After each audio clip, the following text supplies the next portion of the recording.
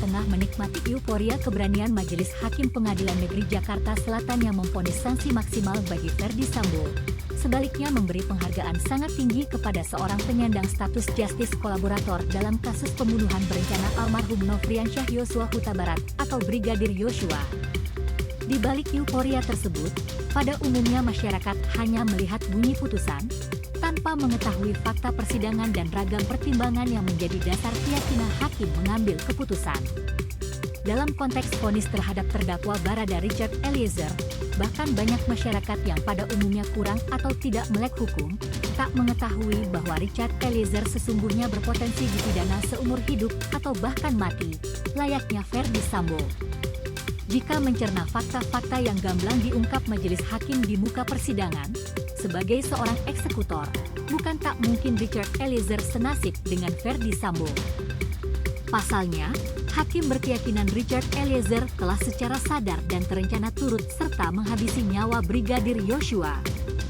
Hal ini sebagaimana diungkap anggota Majelis Hakim Alimin Ribut Sujono saat membacakan pertimbangan putusan terhadap terdakwa Richard Eliezer. Majelis Hakim menilai Richard Eliezer memiliki sikap batin yang menunjukkan kesengajaan untuk membunuh Brigadir Yosua atau Brigadir J. Hal itu didasarkan pada rangkaian tindakan yang terungkap dalam persidangan. Di antaranya, Richard Eliezer menyatakan siap komandan ketika Ferdy Sambo menanyakan kesiapan membunuh Brigadir Yosua. Kemudian, Richard Eliezer juga dengan sadar menuruti perintah Ferdy Sambo menambah peluru yang diberikan dan dimasukkan ke senjata Glock 17 miliknya. Tak berhenti sampai di situ. Richard Eliezer juga sigap berangkat dari rumah di Jalan Saguling menuju rumah dinas Duren 3, lokasi yang disepakati sebagai tempat mengeksekusi Brigadir Yosua. Ketika saksi Putri Chandrawati turun dari lantai 3 rumah Saguling, terdakwa langsung masuk dan serta duduk di jok tempat duduk belakang mobil Lexus di samping saksi Kuat Maruf, kata Hakim Alimin. Hakim juga menilai Richard Eliezer tidak berusaha menggagalkan rencana pembunuhan terhadap Brigadir Yosua. Padahal, ketika sampai di rumah dinas tersebut, Richard Eliezer sempat ke lantai 2 dan berdoa sebelum Ferdy Sambo menyusul ke rumah tersebut. Setelah mendengar Ferdy Sambo tiba, dan atas perintah saksi Ferdy Sambo, terdakwa mengokang senjatanya. Hakim Alimin melanjutkan. Setelah senjata Richard Eliezer disiapkan, Ferdy Sambo kemudian memerintahkan Kuat Maruf dan Ricky Rizal memanggil Brigadir Yosua untuk dieksekusi.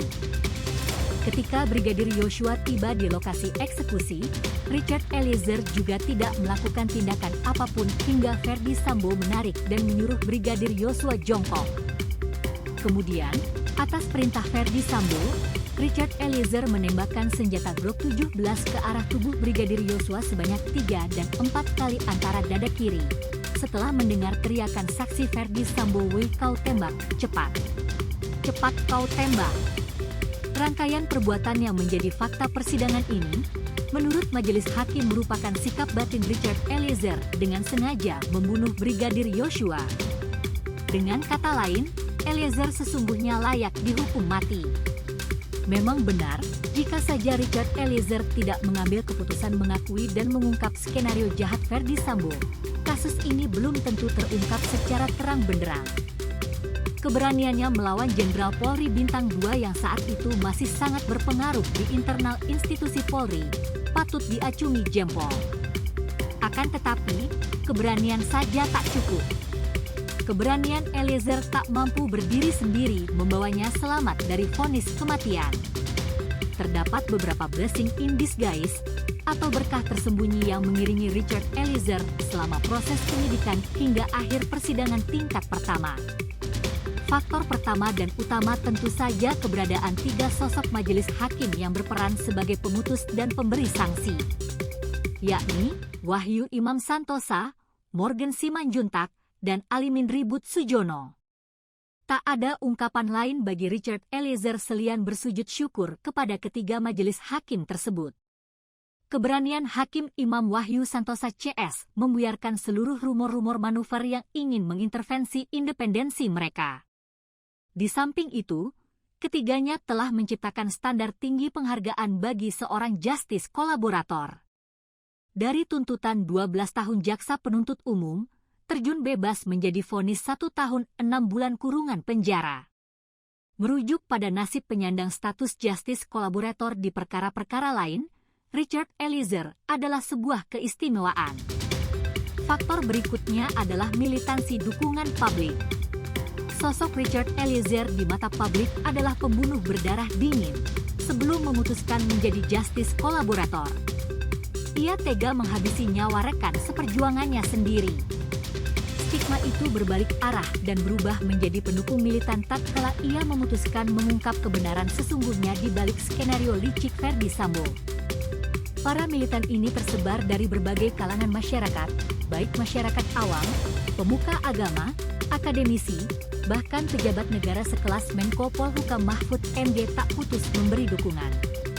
Dukungan yang kemudian menciptakan sebuah dorongan dan tuntutan akan rasa keadilan yang hidup di masyarakat. Faktor terakhir yang layak dan patut disyukuri Richard Eliezer adalah keluasan dan kebesaran hati keluarga almarhum Brigadir Yosua.